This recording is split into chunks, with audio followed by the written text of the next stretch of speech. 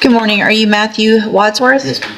And Mr. Wadsworth was previously in court and entered a plea of guilty to the second-degree felony offense of aggravated assault with a deadly weapon.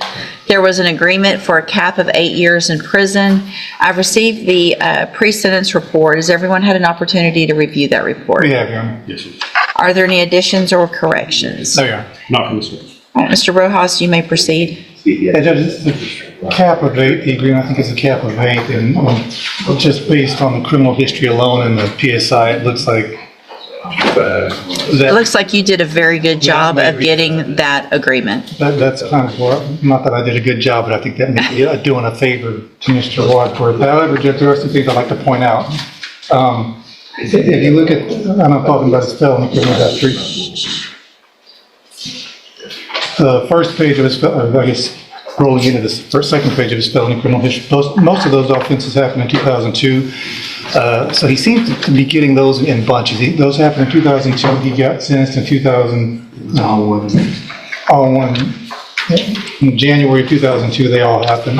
Right. Got revoked in 2003 on all of them. I think he did 60 months on all of them.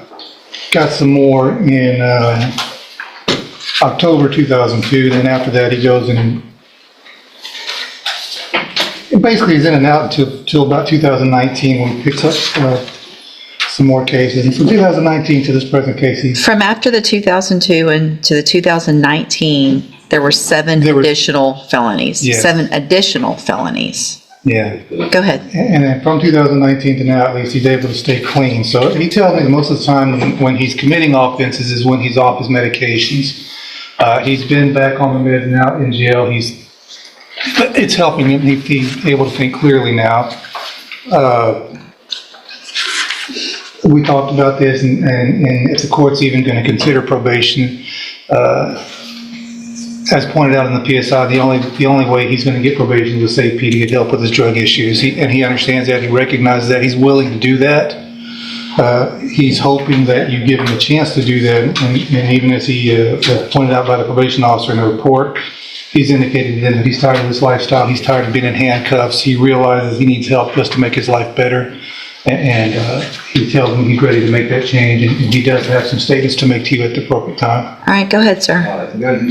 I only wrote this because I get really nervous. Sure. So I said, this letter is to ask you for some help. I'm a drug addict. I can't. Oh no. Basically, listen, man.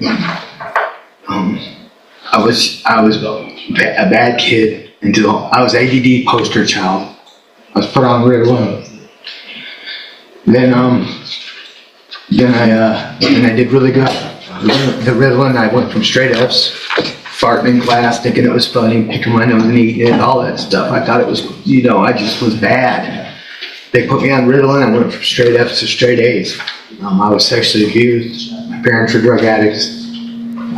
I went to prison. You guys forgot something. I hope it don't hurt you, but I got to bring it up. I had a robbery in 1992. When I got out from that robbery until 2. when you started, 2002, yes ma'am.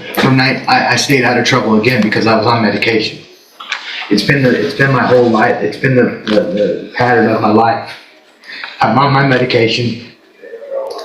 I'm a great guy. I'm a journeyman electrician. I'm a father. I'm a grandfather. I spend time with my kids. If I'm off of them, and the reason I got off of them and this offense happened is I was hearing voices. I thought my roommate was holding my girlfriend hostage.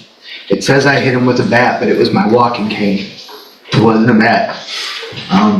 And I did hit him, and I felt horrible because I found what was going on. But in my head, our house burned down, dogs died, and I just kind of went crazy. But I did stop. I did tell in 2018. 19. I said I'm tired of this, and I'm gonna stay on my medications. When the house burned down, all my medications went with it. My truck, my tools, and everything. And I was just barely making it. And I honestly thought my roommate was holding my girlfriend against her will and hostage. When we started fighting, I was losing. And I said, if you do give me the chance, what I need is some help staying on my meds. Because I start feeling like I'm doing better sometimes. And then I stop taking them. When I stop taking them, I hear voices, and I can't tell if it's mine or if it's somebody else, or if it's, I can't tell. So, but Mr. Wadsworth, here's the thing. Yes, ma'am. And I appreciate what you're saying, and I feel like you are sincere in what you're saying. Yes, ma'am. The problem is, you're 51 now, 52? 51. ma'am. 51. Fixing to be 52. And you know you've had these issues. Yes, ma'am. You've been given opportunities, and you know I need to be on my meds.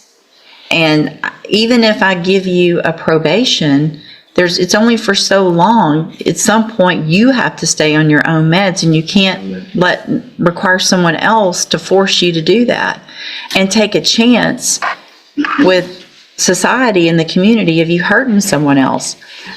Honestly, I'm not sure, but I honestly think that you have the worst criminal history I've seen. I even said that to Mr. Rojas. I said this. You have 19 misdemeanor convictions. You have 20 others that were either filed, dismissed because of pleas on the other cases. So technically about 39 misdemeanors. 21 felony convictions. 21. I know, wow, right? I'm not. You still have one pending in Indiana. And out of the, and in addition to the 21 and the one pending, you have 16 others that were dismissed because of plea agreements, and things like that. So that's 38 felonies. The last, and I get a lot of this was from '02, and a lot of it was in the same big scenario. 19 of them was in one. But it didn't stop then. You were put back on probation in 2017. So not that long ago, given a probation, it was revoked. So you were given an opportunity. Mr. Smith? I've completely stayed out of trouble since then, though. Not one single incident. Well, you had 2017 an unauthorized use of a vehicle felony. 2018 an obstruction of justice in Pike County. Yes, ma'am. 2019 an escape. That's the one that's pending. Hold on. Oh, I'm sorry. And then another later in 2019, maintaining a common nuisance of a controlled substance or something like that in Indiana. So the last thing is 2019, which is, in the big scheme of things at your age, not that long ago. I know, I understand. Mr. Smith? Judge, I would point you to his account to probation where he said the part about the baseball bat is not true. A dresser fell on top of him. I saw that. He's still not accepting responsibility. I hit him with the cane. Hold on, don't speak over. I let you talk, so don't talk over anyone else, please. I believe probation is absolutely right, that jail time and probation has not been a deterrent for him. He's not made probation.